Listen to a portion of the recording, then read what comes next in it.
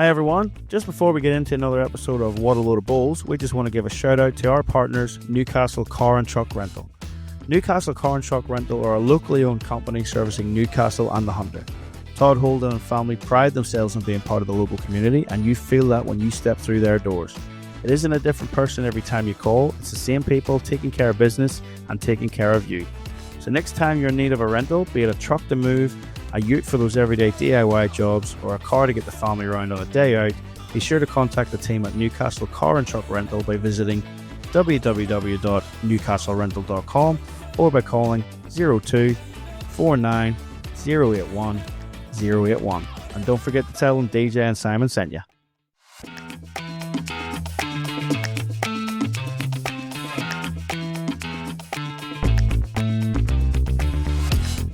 Welcome back, everyone. Episode 74 of What a Load of Bulls. DJ here. Simon's back again, and we've once again convinced ourselves we know what we're talking about. Simon, we'll be quick with the intro here, mate. We've got another special guest who's absolutely chomping at the bit to speak there. So, mate, how have you been the last 2 weeks? Because you don't respond to text messages or phone calls anymore. I wasn't even sure you're going to show up for this tonight. Well, clearly that shows you how busy I am, DJ, whenever I don't respond to your text messages. But, some of them I just send through to the goalkeeper quietly, a few times just to keep you on your toes. Yeah, good on you, mate. So it's pretty clearly just trying to ride on my coattails for this thing. You don't speak to me outside episodes, but anyway, we'll have that fight off there, so we will, mate. We've got a special guest with us, like we said. We've had him on before, folks. He's been itching to get back on, and we've let him back on now, and it's Barrie Lester. Bazza, welcome back, mate. Welcome, Baz. Gents, it feels like it's been years. Thanks for having me. Yeah, we were hoping it would be in bowls. Yeah, I know, lots been happening in bowls, and it's been great to watch all your progress with the show. I drove actually back from Ocean Grove a couple of weeks ago in my car back to Queensland and listened to a couple of episodes. So Great work, great content, guys. That is, mate. And last episode, Mr. O'Reilly let the cat out the bag, mate. You've been selected for your 4th Commonwealth Games, but the first one not on the green. How's that feel? Yeah, that's right. Just to be involved in any games is pretty special from an athlete perspective, and now to be on the other side of the fence, as they say. Looking forward to being involved in the games from a commentary perspective, just adding some analysis to the games, giving the players their chance to shine through giving the crowds and the spectators a bit more insight to who they are as people, not just the bowlers, and going on that journey with all the spectators from a broadcast perspective. So can't wait for that. And well done to all the players who have been selected, and good luck to the others who are looking to get selected and can't wait to get over there. It's an interesting one for you too, man. I was going to keep this for when we did get over there and maybe talk about it on air, but we might break it out here. At the last games, you picked up that flag to bring back to Victoria because that's where it was meant to be. Obviously, that got cancelled, but now you've still managed to get picked up and go over to Glasgow. And it's a pretty big one too, man. I don't think we can undersell it, really. Like, as Brett mentioned last week, there's a few decisions around bowls in the Olympics that's been held off until after the Commonwealth Games. So it's going to be a pretty big showcase that could really sort of spearhead and get the sport moving forward. So it's an exciting one to be part of. Yeah, closing ceremony, grabbed that flag, turned around, gave it to the Victorian governor and went, "You beauty." The Com Games is heading to my home state. Yeah. Didn't quite work out. So I'm still waiting for the phone call where I have to grab that flag again at the opening ceremony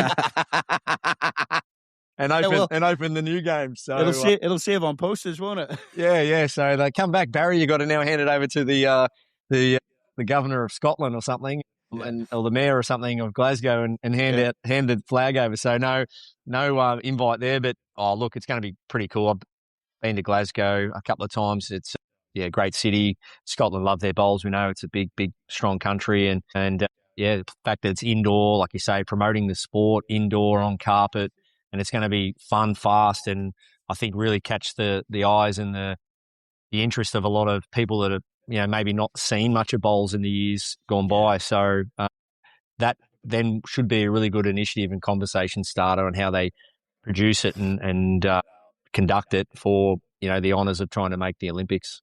Yeah, absolutely. Well, we are gonna start ramping up towards the Commonwealth Games. We're gonna have a few episodes based around the Commonwealth Games. Baz, I think it's probably right. Me and you get back together before we head over there. Do a bit of an episode for here about what people are looking forward to. Plenty of discussions going in the background as we find out a bit more information about how this thing's going to be run. Brett said last week, we had it confirmed in meetings, 4 portable rinks. All of them will be on TV. 2 of them won't have commentary. The other 2 will have commentary, but every bowl of every game, you'll be able to watch it on TV. That's fantastic. Huge, really, really huge. Looking forward to it. But the main reason we got you here, Bud, we're all connected together with Max. You were just down there at Ocean Grove. Simon and I are going to look at the results from that in a little bit of time. But mate, just talk us through being down there at Ocean Grove and the facility there that they've managed to put together and showcase that to the world there just last week at the World Indoor Championships.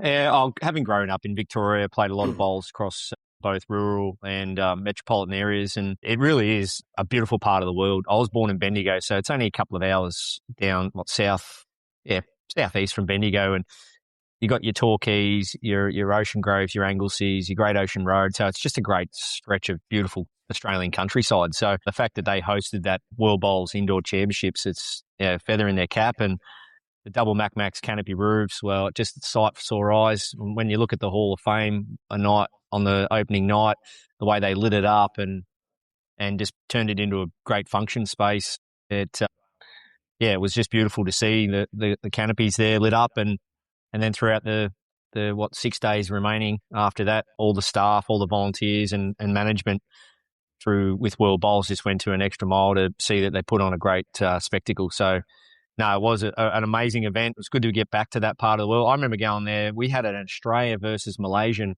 before the Commonwealth Games in Glasgow 2014. Matthew Flapper had made the Australian team or squad, and he was his club then. He'd only just joined Ocean Grove. He was kind enough their club to put on a Australia v Malaysia test series, a friendly series, and that was like a lead-in series to Glasgow Com Games. And they looked after us well back then, but it was outdoor. It was in the colder months, and it was grass. But it was good to get back there this time and be indoor. And the whole establishment, the whole venue, it ticked all the boxes, and they will definitely host big events moving forward in the future. No doubt about it. Absolutely, and it's a pretty unique facility too, with that canopy, 3 sides covered. It just shows you where the canopies have come from the start. Like you look at Pine Rivers, which I think Max classifies as their old lady. It was one of the first ones they'd ever done. Then around the corner from me here, Raymond Terrace is a big double one. So much steel and stuff in the structures, and it was just basically a canopy to cover greens. But you look at how they're developing now, like Ocean Grove, like we're talking about. Deer Park's just opened theirs this week, and you're going to go check that out next week. We'll hopefully get Case back on in a couple of months' time and have a chat about that as well. Our one as well, which is going to be over greens that are tiered. They're not even on the same level, 2.5 meter difference between the 2 greens, and this was covering it with one canopy. It just shows you the design and the attention to detail these Max people do actually put into it as well. And you've got so many different options of designs as well, and they can just integrate it into the clubs. But they've really, really come a long way, haven't they? Yeah, it's the word bespoke. I think that they really pride themselves on that. They get the brief from the club, and then they can really design what you want and to try and suit the local architecture, the local culture and townships and wherever you're based. So you see that with Castle Hill recently with their RSL connection. Yeah, Deer Park's its own beast. What they've done there.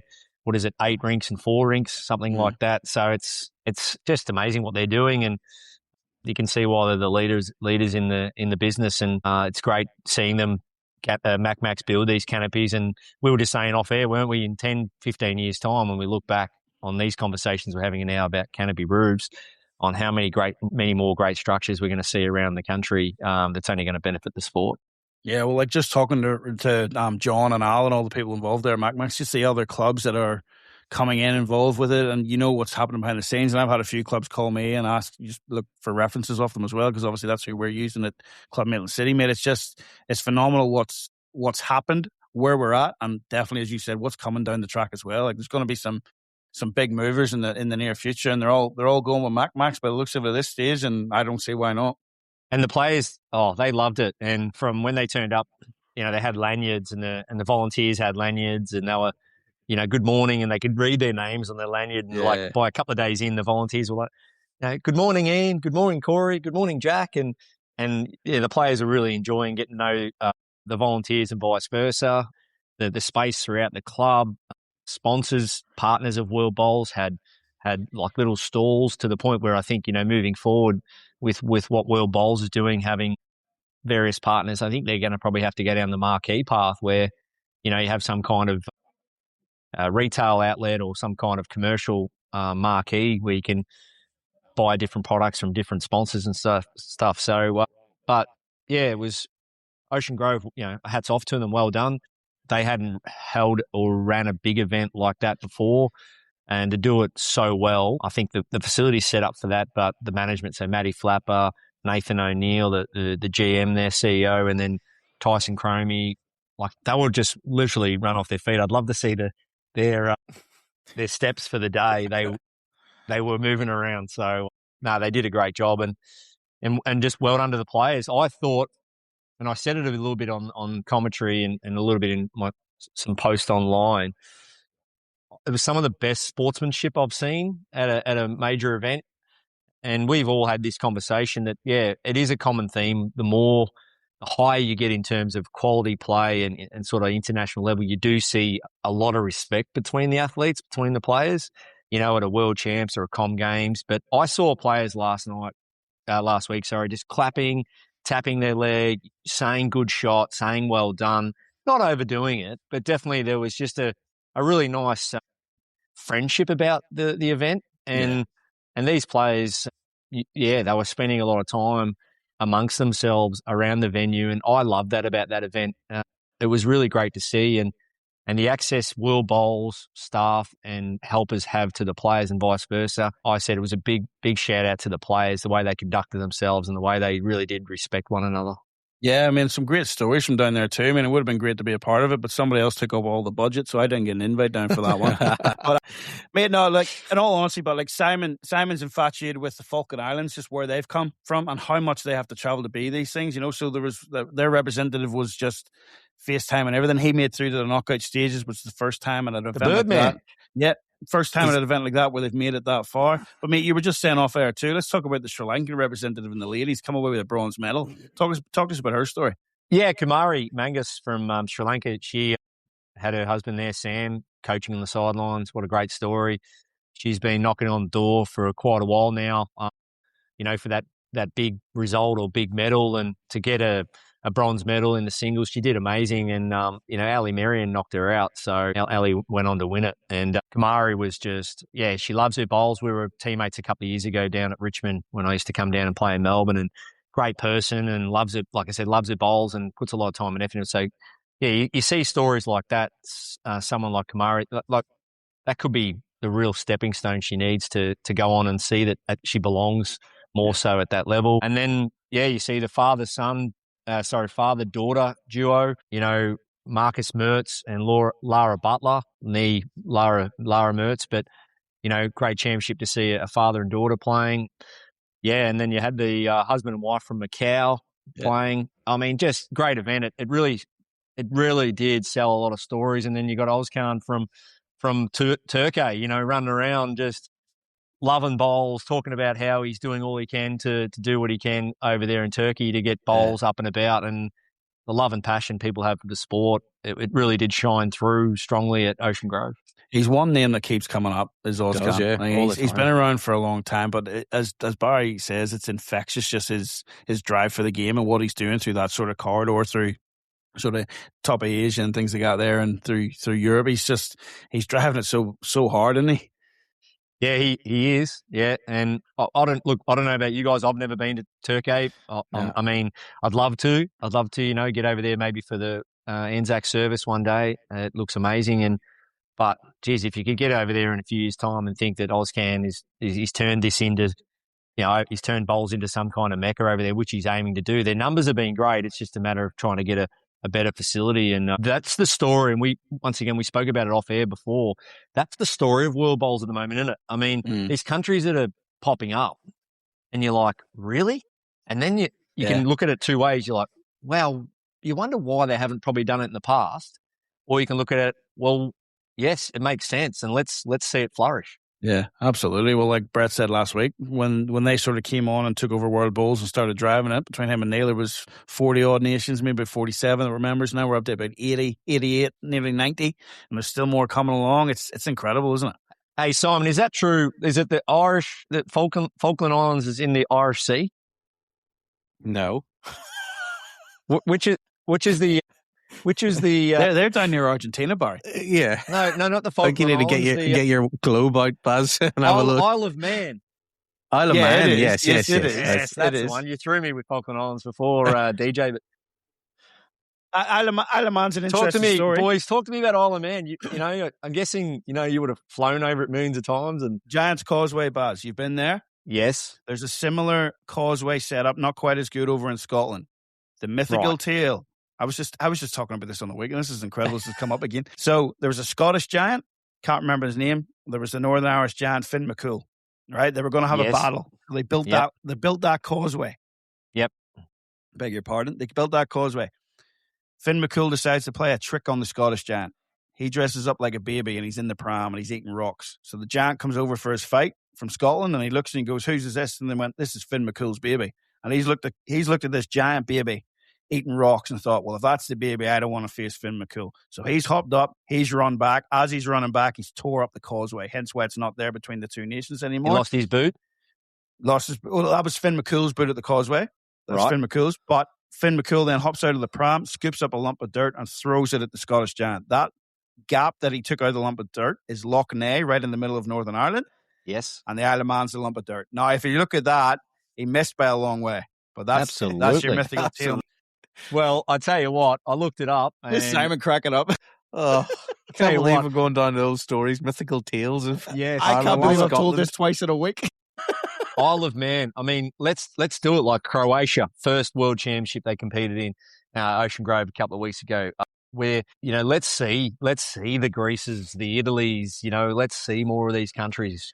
Take up bowls and it's a case of like no one's looking back on this. It's just let's go. And I remember Scotland. I think Scotland went to the Netherlands and played in the Dutch Open in preparation for the 2014 Glasgow Commonwealth Games. Now, I'm happy to be wrong on that, or it might have been a world champ somewhere, but they actually went there in preparation and played in the Dutch Open in the Netherlands. So what that's just telling you. And you got this World Bowl Series now where you can play in US Opens, Auckland Opens, Victorian Opens, Australian Opens. I mean, it's just growing and growing, this World Bowl Series where you're just entering events and racking up world championship ranking points. So it's still relatively new, mate, but tell me, are the players interested in it? I think so. I think there's still a perspective there for the players that can play in enough events. And we know here in Australia, we're spoilt with the abundance of events. And so if you're willing to mark down 4, 5, 6 on your calendar, you can definitely get up some points. And I know the top of the top, the high level players that are already in that top 10, top 20, top 30 are all gunning for, that world number one spot. Well, that's the vibe I'm getting from being around the players that are just talking about rankings. Once they get a big result in one of those events, e.g., Corey picked up a pairs title and a runner-up in the singles a couple of weeks ago, and he was already number 2 in the world. I mean, as if he's not refreshing the email feed, waiting for that email to come through and say, "Corey, you're now world number 1." So, and good luck to him. But I would have thought that, it's a nice feeling to have for players that can say, "You know what, I'm 57th in the world. I played Division 1 bowls in Maitland, and I've gone along and played in a few events, and I've got to 57 in the world or something." So good on them. I think it's great. It's got to start somewhere, and it's definitely driving on. As you said, the elite are definitely interested. They're hitting those refresh buttons. But on that, DJ, like you got the Sunraysia event now up in Mildura. There was another one that escapes me that just got released as well. Yamba, that's right. So these are all events. If your life suits the ability to be able to play in them, you can mark them in your calendar and say, all right, we're going to go and we're going to do a podcast there and claim it on tax or something. Did I say that? No comments there. Here's a comment for you, Baz. Here's a comment for you though. But does it get, if we keep more and more events, there has to be a peak of events like throughout the year where players will have to pick and choose in what they play in, and do we get to that? It's nearly clogs the calendar from an Australian point of view anyway. It clogs it way too much. Like if players have got to play in, stateside stuff and more regional stuff as well, club stuff that they're locked into to play, like all of a sudden it's like, do I have the time to actually go and play? And you used to mention 3 or 4, but if you have got to push to 5, 6, 7 events throughout the year, like, is that possible? Do we need to sort of centralize what we do in terms of elite events? Great question. And I mean, without notice, I think my first reaction is you go like down the plate path, like maybe like you see at big tournaments where you qualify for a division.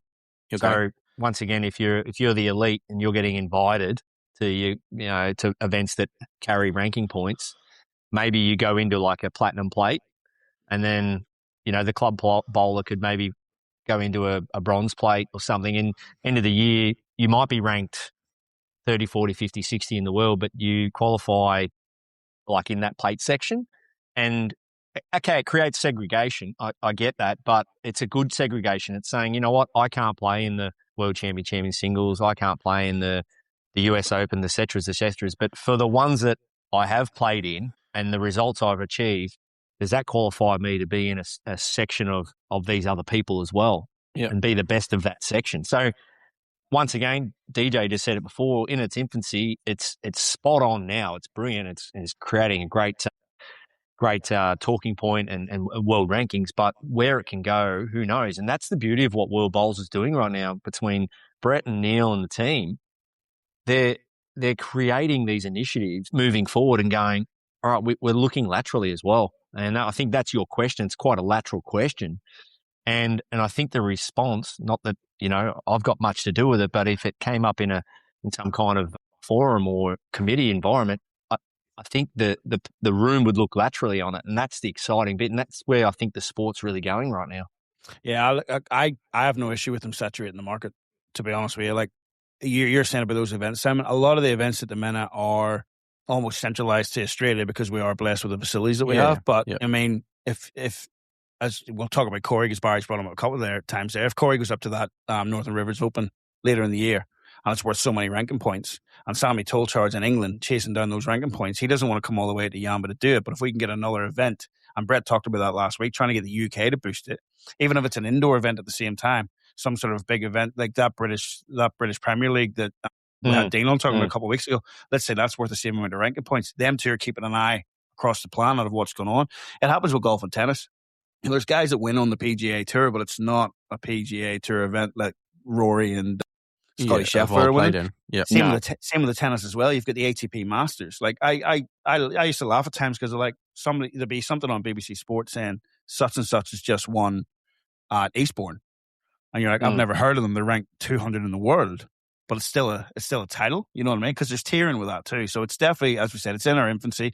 There's definitely a lot centralized around elite and definitely in our part of the world. Like we got to admit that, but it's got to build from somewhere. You know what I mean? So that's where we got to drive it. And the whole point of it is to try and create some sort of a professionalism for our players to really spearhead us into the elite and stuff like that there. So I have no issues with it. As you said, there's a lot of events and the players will have to pick and choose. But like I said, as long as it's spread around the world, who really cares? Because like Corey's not going to fly over to London to play in the middle of Hyde Park for an event. In order for Sam can. In order for it to be that sort of world title or world number one, it needs to have that exposure elsewhere in the world. Like we can't just have the 60%, 70% of the tournaments here in Australia. Like I think that's in order for it to go to that next level, I think. Yeah.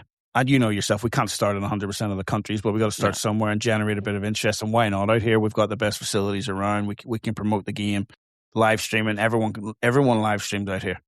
There's only a couple of good commentators right enough, but they everybody live streams out here. But you know, and from here, you never know. It could end up being that part of the world ranking system. You've got individual number one from country base. So you know what I mean, you've got, all right, let's announce world number one, such and such player. And this is also the Australian number one, the English number one, the Scottish number one. So there is, and what I like about it, when you're looking to reach out to partners, reaching to stakeholders and, people just to look to invest in the game, it's a serious product. Yeah. It's world rankings, World Series, it's worldwide, it's, viewership, it's live streaming, it's social media. So it's, like I said, it's, we're not, there's no tunnel vision on it at all. It's quite a subject. It's got a lot of expansion and it's super exciting to think where it can go. Yeah, absolutely. And like that World Indoors you were just at, platinum event, a lot of those players got there by qualifying. The champions at Barham last year, again, platinum event. You can get there, like Davy Copeland won it, and he's never been capped by Ireland. Yeah. You know, so you can do that. Like there is pathways there for Joe Bloggs off the street. Like Simon Davies playing in Dumbarton's B team at the minute, which means he's not even in their top 16 and he's a world champion. Do me a favour. You know what I mean? So there's opportunities there. You know, it's not a bad thing. But he's cracking up looking. He's skipping their B team. It's unbelievable. World champion. But yeah, it can happen. Yeah, there's pathways. There is ways for it to do. We just got to get more of it. You got to start somewhere. And yeah, I think like me and Simon broke it down when we first heard about it. And definitely, like when you're looking at national championships and some of the events like the Four Nations and that are carrying ranking points, like me and Simon aren't going to go and do that. You know, no.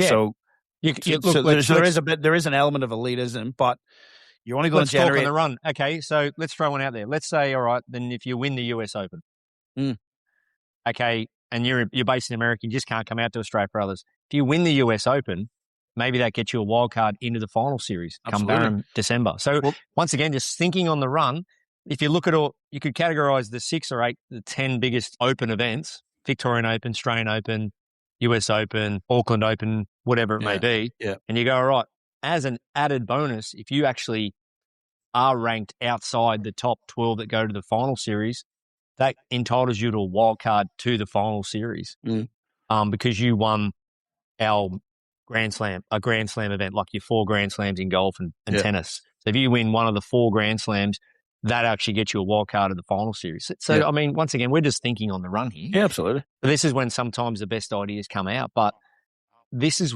who knows where it could go. It's so really exciting. So you hit the nail on the head there, mate. Some of the best ideas do come out of this podcast, and there's no denying that. You absolutely hit the nail on the head there. So look. In sort of closing for me, Ocean Grove ticked all the boxes. Yeah. Volunteers were phenomenal. We said there was over 80 volunteers. World Bowls is growing. The team is just phenomenal. In the foreground, you see the ITOs. Mark Hound's running a great program. Obviously, you got Neil and Brett and Irene, the team. You got Selena in the background helping with marketing, social media. It's become a really, really cool team to be around, and they're doing such a great job. And then the host venues, I think they're really now excited to see, wait a minute, Ocean Grove, what a spectacle. Yeah. How do we get our hands on something like that? And they've really raised the bar and really excited to see where other clubs can go to. Just so much more interest being generated around World Bowls itself. They're not just that governing body sitting above us all. You know, they're actually out there driving it now. We've mentioned that many times over the last couple of years. There's just so much more exposure out there now. It's been absolutely brilliant. But mate, thanks for coming on. Just before we go, let's plug it. The Bulls bumper, it's popping up everywhere, mate. You've got your ambassadors everywhere. It's going really, really well, except the carrying bar, but we'll leave that alone. But mate, well done on everything you're doing. I'll see you in Glasgow. Yeah, well, also well done to you, mate. You know, for your selection with the commentary, great job. But really looking forward to working with you on that. But Bowls bumper, it's still it's a work in progress, but I can't thank everyone for sending an inquiry in. We're starting to get a bit of worldwide attention, and I'm trying to set up distribution, retail, all that. And so it's still quite infant, Bowls bumper, but once again, thanks to the clubs that are out there, supporting it, and hopefully it just grows from strength to strength, and players out there can utilise it. Like I got a photo sent to me of Charlie Daly from Dandenong Club today of a group of kids and a local sort of district squad, under 18 squad, training, using it, gathered round the bumper. You can see them using it. And it's like that.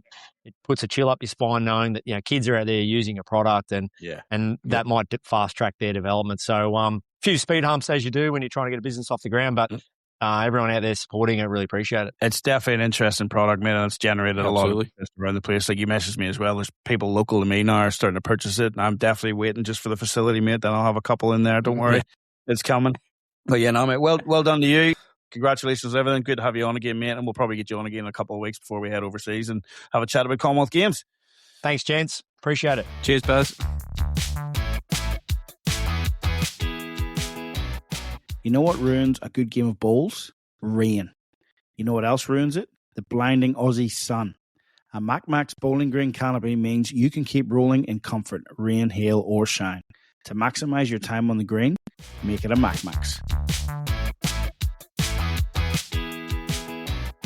Yeah, thanks for Baz for coming on. If you want to fill a good 20 minutes to half an hour, it's always good to get Barrie Lester on there to just talk. Just let him go, wind him up, let him go. Yeah, like you guys are going to be doing commentary together at the Commonwealth Games. You're not going to get a word. You're going to be a bit like me on this podcast, not get a word in, really. Like, it's just going to be Baz. I've got an idea around that. I'm going to bring a pocket mirror with me and just put it in front of him. That might distract him long enough just to get a couple of words in. Nah, but he knows what he's talking about. He knows bowls. He knows the game inside out. And yeah, he definitely has some good ideas and good thoughts on the future of bowls, and definitely wants it going in the right direction. So yeah, always good to have Baz on and hear his many thoughts that rumble around in his head. So yeah, it's going to be a fun 2 weeks in Glasgow. So it is. But yes, we are here. We talked about it last time. World Bowls Indoor Championships down there at Ocean Grove under that fabulous Max canopy. And yes, a couple of different events happened down there. Barry alluded to some results, but we'll get into them now anyway. So mixed pairs. So everyone, nations where they can send a female and a male representative. Some didn't have both, so then some of the locals jumped in there to fill in. Yeah. Jumped in there to fill in, so they did. So it was great, some great exposure. And as we said, Falkland Islands, well done to them, making it through, actually getting through their section to get to the knockout stages of a world event. So absolutely brilliant, putting them on the map. Great, something great to take home with you. There knows how long that takes to get back there, what way they have to go. Mate, haven't looked that up. That might be one for another time, but well done to them. So having a quick look at the mixed pairs first, mate, we're just going to jump into the semis. So Ireland played Scotland in the first semi-final, and it went the way of Scotland. They won the first set narrowly 6-5. And in the second set, it was all one-way traffic. Scotland with a 13-3 win. So that put them into the final, the team of Julie Forrest and Ian McLean. And in the other semi-final, we had England against Australia, the Ashes, the old enemies playing against each other. Set 1 went the way of Australia 9-3. And set 2 went the way of Australia also 8-3. So pretty, not comprehensive, but pretty comfortable win there for Corey and Kelsey. That brings us into the final then. And that final went the way of set 1, 7-7. So we're all but ruled out a tiebreak, man, unless we can get another tied set in this next set. But it went the way 8-5 to Australia. And it was Kelsey and Corey that took out the gold medal over Ian and Julie. But just showing you like some of the top names coming to the top there in the mixed pair. Absolutely. So great starts for Corey and Kelsey there in Australia. Moving on then to the women's singles event. We'll have a look at the section qualifier. So section 1, it was Allison Merrien, absolute legend there, MBE, topping the table there with 5 wins and a loss out of 7 games. The 7th game was Dubai. Then Shan Honor, an English representative at the Commonwealth Games this year. She had the similar record. Same results. All set points were exactly the same, but it came down to sets 1, and it was Allison there, 9-8, taking out that section in top place. In section number 2, we had from Switzerland, Lara Butler. She had 6 wins out of her 7 games. And then Julie Forrest, who we just talked about there, had 5 wins out of her 7 games.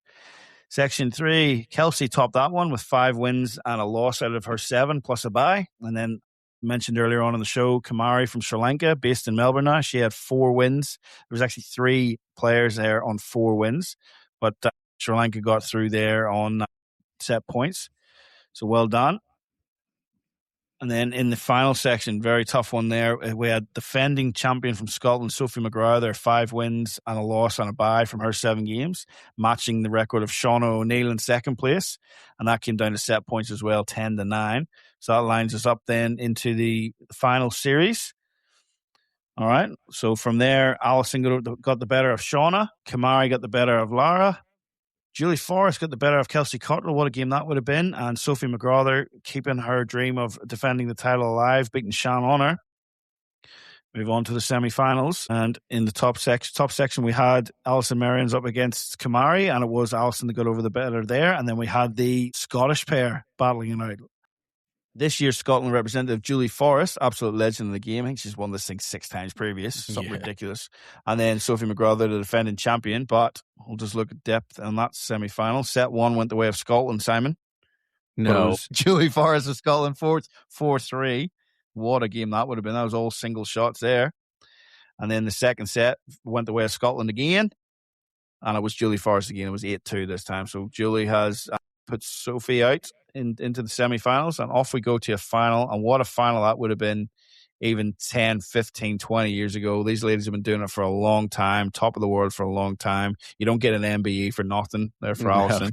We said, Julie, who you were loving her delivery throughout the week, mate. You sent me a couple of screenshots. It's shocking, It is shocking from a technical point of view, isn't it? We talked about it a couple of weeks ago, but if it's repetitive, it gets the job done, doesn't it?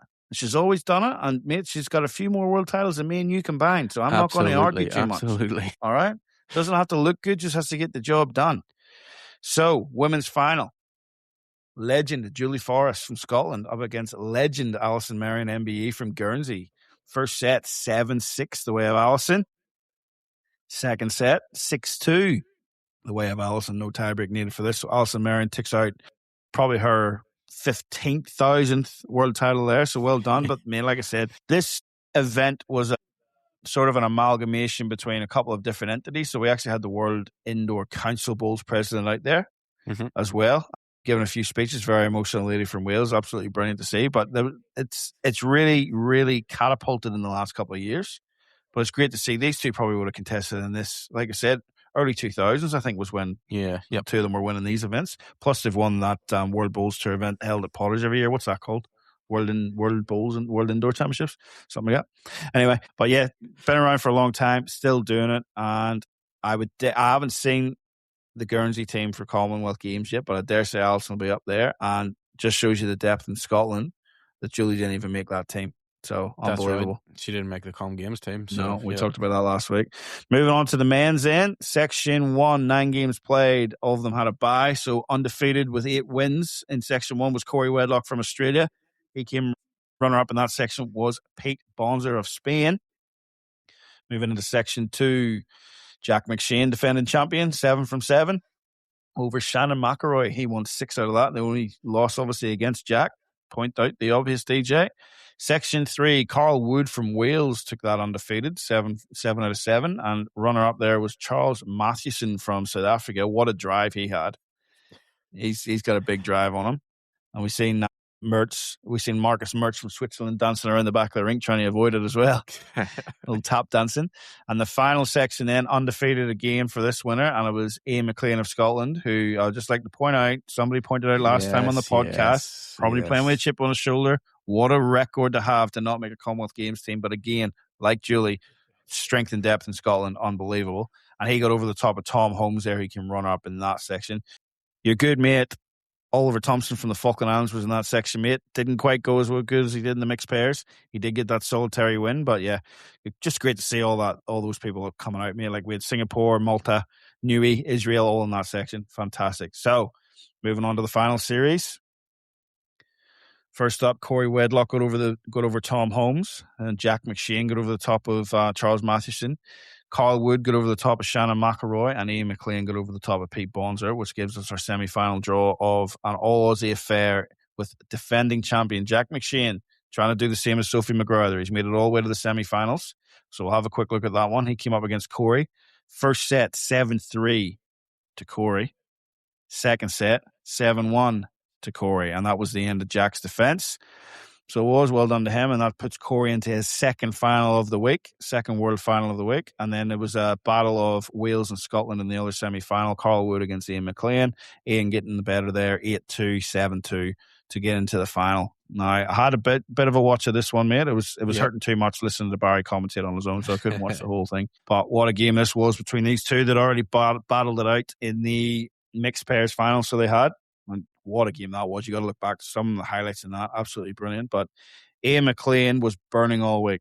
He was on it. Corey Wedlock, mate, anyone wants to argue with me, I've got him down as the best player in the world at the minute, up there with probably our good friend from Warilla, who I'm not allowed to mention anymore because he wants commission every time his name is mentioned. But he does sound a bit like us, a little bit broader. Them two, I think, are well ahead of everyone else at the minute. But anyway, Ian McLean, we mentioned it before, didn't make the Commonwealth Games team. He's got a fantastic singles record, especially at events like these.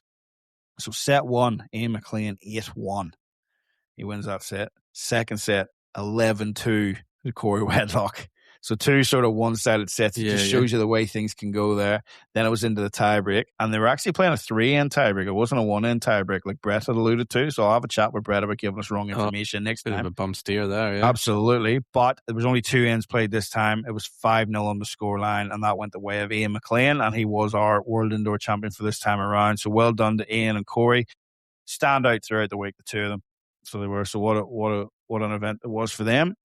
One coming away with a gold and a silver each. Probably nice for them to share the spoils a little bit, Simon. Nice friendly. You reckon that conversation was had before the men's singles final? Look, Corey, you won the last one. Maybe let me win this one. You reckon that was it? I don't think so. Yeah, I doubt that very much. There would have been a bit of cutthroat in there. But yeah, no, well done to all the winners in that. And that was the World Indoor Bowl. So the next big event we've got coming up is, what's that, Commonwealth Games or something like that? Have we mentioned that before? I think you mentioned it a few times. We mentioned it a couple of times? Yeah, okay, cool. We are going to ramp that up, as we said, folks. We'll have a few, hopefully get in touch with a few of the players that are selected. Just waiting on a couple of teams being finalised. We'll look into it in depth. Like say, get Barry back on a couple of weeks. We'll talk about what we're expecting over there. I'll give you a bit of rundown what's happening there too. So pretty exciting. But back at home, mate. Young Jack McShane, we just mentioned there, he was defending his title at the World Indoors. He managed to pick up another award. Did you see that this week, mate? I did see that posted on Facebook, Yep. I was actually quite taken back whenever I seen it. I was like, this is so good for a bowler to get this recognition at this level. Absolutely. So we mentioned him previously, he was named like for one particular month. They named different athletes for each particular month, and Jack was named, and that was obviously put him on the shortlist for the final. But yeah, for those that don't know what we're talking about, Jack McShane was awarded the Commonwealth Games Australia Emerging Talent of the Year for 2025 because of that record he had at the World Indoors and taking out that title. He then went on to be capped for the very first time as a Jackaroo. So well done to Jack. As you said, mate, Commonwealth Games. It's Commonwealth Games of Australia. So many different sports, so many young people coming up through those sports, and Jack's managed to take out that victory. So well done to Jack. Putting bowls on the map, mate. Absolutely fantastic. Well done to him. What else has gone on local to home, mate? We've got a few things that we'll look up in the next few weeks, I suppose. But world. We've just said world. Bowls New South Wales Champion Pairs is on at the moment. Currently on, in some very, very wet conditions. It is flogging it down here in Sydney. We will do all day. They're into the knockout stages. We won't go into too much detail on that. We'll look at that next time. But I will give a shout out to Chris Constable and Janine Caton of Club Mate in the City. 2 wins today with their snorkels and flippers on. In the first game apparently, but they are through to the knockout stages. So well done to the girls there. We'll have a look at that coming up. Australian Open, mate, the big one. It's only a couple of weeks away. Mm-hmm. I did see that they were asking for a couple of events had opened up, obviously with pullouts. So jump on the Bowls Australia Facebook page and have a look at that. There might still be some spots available. Flick them an email if you want to get up to the bowls tournament in the world. Absolutely, mate. We might have to try it sometime before we get too old. Yep. Before we get too old, I wouldn't mind doing it before I was 40, but you know you're already there. But we'll look at that. Mate. Actually, we qualify for over 40s next year, do we? Mate, you've got to put down good bowls to be in the chance. I didn't say we're going to win it. I said we could play in it. At least it takes out a lot of the good talent. But yeah, it doesn't help when you can't play forehand, does it? Anyway, that's coming up. Queensland Premier League's coming up. I've seen an expression of interest out there for host venues for that as well. Had a quick chat to Turles, so he's president of that. So they've moved it to a decent time of year this year. Bit of a change up for them. That'll be a good one to cover as well, mate. They had a playoff not long ago to secure all their sides. So well done to them. There's a couple of state championships happening at the Win It too, mate. Queensland State Championships, I believe, are on. Mm-hmm. Hopefully we'll bring you some results for that. And I think I've seen Victoria as well are doing theirs. So yeah, all happening. And the New South Wales State Championships will be coming up at the end of June, leading into July. So it is all happening. Busy. It is, mate. And Bowls New South Wales just announced their state sides for the Test Series. Yep, they announced their teams today, mate, and some interesting selections in there because this game is actually being played. This game's being played between the 22nd and 23rd of July, the Test Series, so not the game, Test Series, which is when Commonwealth Games is on in Glasgow. Interesting call that. So the Australian contingent will be over there opening up a few spots, especially 3 in the men's in New South Wales. Yeah, because they're all from New South Wales and that, but some interesting selections there, so well done to women's open side, Erin Swatridge, Genevieve Dells, Anne Johns, Natasha Van Eldick, Jodie Freund, Louise Cronin, Jessica Tell, Kay Moran. Sarah Boddington, Kate Walker, Samantha Nerona, and Brianna Smith. So as you can see there, few names missing that have been involved in that in the past. But well done to them. That are a good chance for some that are on the sort of fringe to actually get a game here. In the men's, shout out to Daniel Hill. He's back in after a bit of a sabbatical. So he is, but he's back in there leading up for Lee Schreiner with Brett Spur and Nathan Black making his debut for the Blues after coming up from South Australia. Lukey Jones getting his debut as well out of Warilla, leading up for Carl Healy with Darren Morrison and Nick Cahill. Darren Morrison's been around the scene for a long time, so it's good to see Darren getting a run there as well. And then young fella Joey Clark, young fella Jack McShane, young fella Jay Bruce, and then Ben Twist skipping up behind. Not that Ben's not young, but he's definitely the old stager of that rink from what I can see. He definitely is the old head on that rink. But as you can see, plenty of change-ups there, mate. So that's the open sides. The over 40 women are playing as well, the over 40 men, the under 25 women, and the under 25 men. So well done to all those that are selected to represent the state of New South Wales against Queensland. Probably should have brought that up with Barrie was there, mate, trying to stir him up a bit. But well done to them that have been selected in that, and we'll keep a close eye on how all that develops. But mate, I think that'll do us for this week. It's been another fun episode. Yeah, absolutely. It was good to get Baz on and Penny for his thoughts and delve into what's been happening around the greens and some of those tournaments and what's on the horizon coming up. And obviously looking forward to Commonwealth Games. And all jokes aside, and you guys definitely throw the jokes out there in terms of Commonwealth Games. We've mentioned it many times, but it'll be interesting to hear behind the scenes with you guys there. And no doubt there'll be a few videos coming from yourself and Barrie along the journey in Glasgow. So hopefully we will share that on One Load of Bowls and also the Bowls Academy. And also I'm sure Barrie will be sharing it on his social medias too. So we'll be doing a little bit of collaboration over the next few months in terms of love of social media, doesn't he? The podcast and with Barrie. And look, we'll definitely be promoting the game of bowls as much as we can. And I think this next sort of few months with some big tournaments and the lead into the Commonwealth Games, we can, like, when you think about it, it's going to be a lot of exposure for our sport because it is this cut down, just a handful of sports that's going to be in the Commonwealth Games. So all the media outlets are going to be looking at every sport under the microscope, no doubt, because of the cut down. So looking forward to it. And it was a good little episode there just to catch up on what's going on and what's coming up. So just before we wrap up, man, I just want to dive into, I do follow this time of year, keenly what's happening at home because we grew up playing there. It's hard not to follow what's going on. And James Gaston's a big fan of ours. He listens all the time, and I'd be doing him an injustice if I didn't mention the next topic. And you could probably help me out here with a bit of coaching as well, mate. A dear friend of mine suffered a terrible loss on the weekend. So he did. I just want to give a shout out to Andy Duncan. We are thinking about you. And that terrible loss, Simon, was a full count of 8 in a league match. After being down so far against in Larne for Ballymena, he clawed back. And on the 20th end, they're only 3 behind. And with Andrew's last bowl, he's pulled up. Now, James describes this as 2 yards wide and 4 yards short.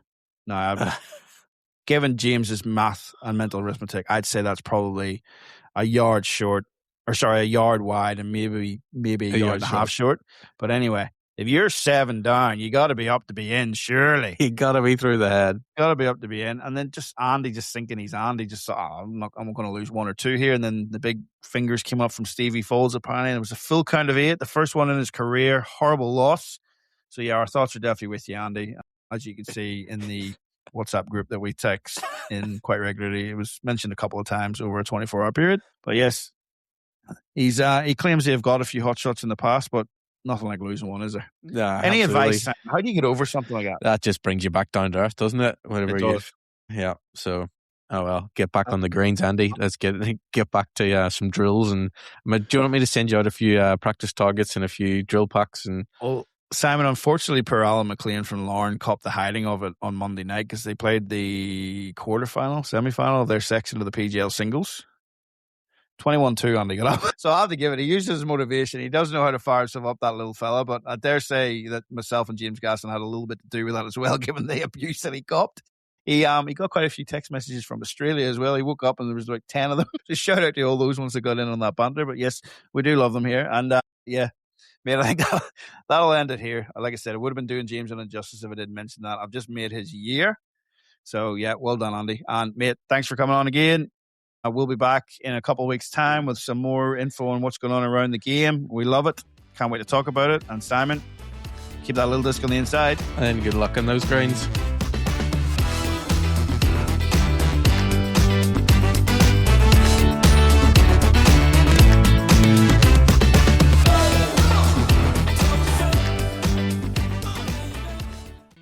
The views, information, or opinions expressed during What a Load of Bulls podcast episodes are solely those of the individuals involved and do not represent those of any group, organization, or employer associated or affiliated to individuals.